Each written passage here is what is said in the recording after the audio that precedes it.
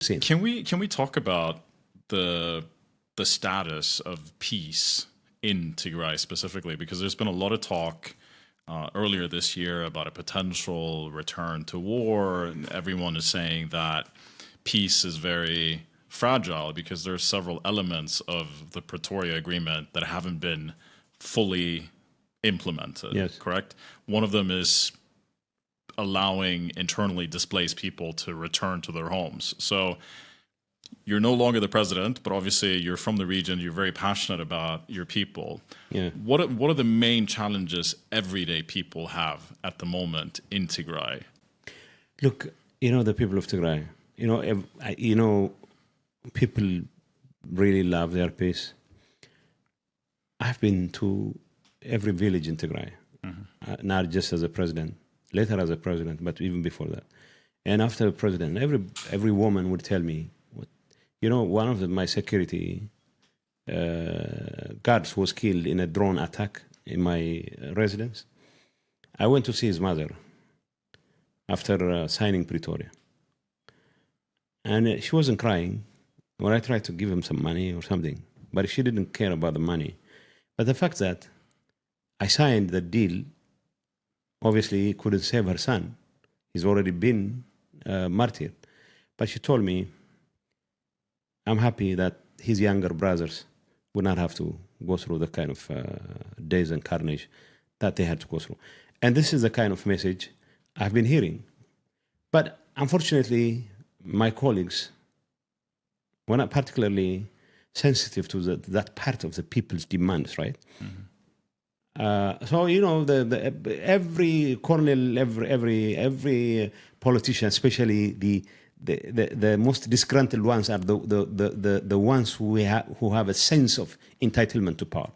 Not just in Tigray.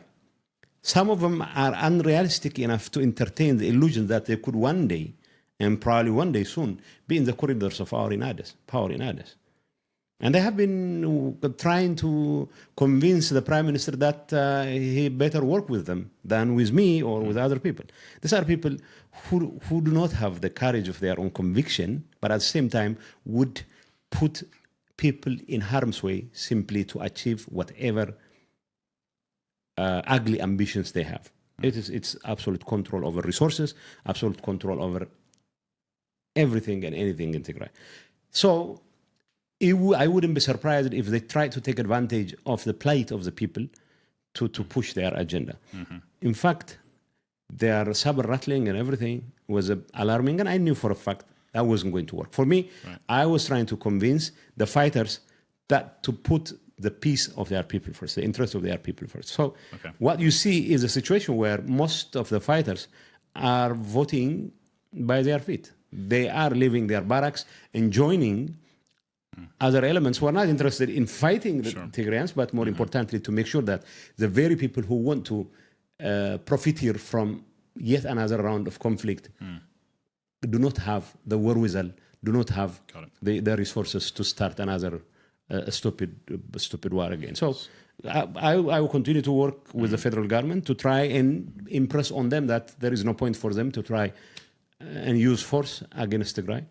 And that peace is in the best interest of our people, and that our people are mostly interested in resolving whatever issues we have the federal government peacefully.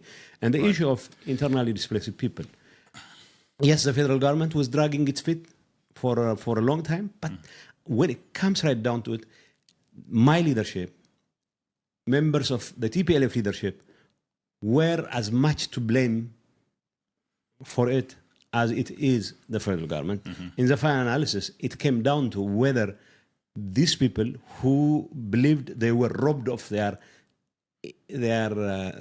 position they were entitled to, simply because I was a TPLF member, I got elected by my one margin. I didn't even vote for myself, but they were angry because I'm not the kind of guy they could give orders to.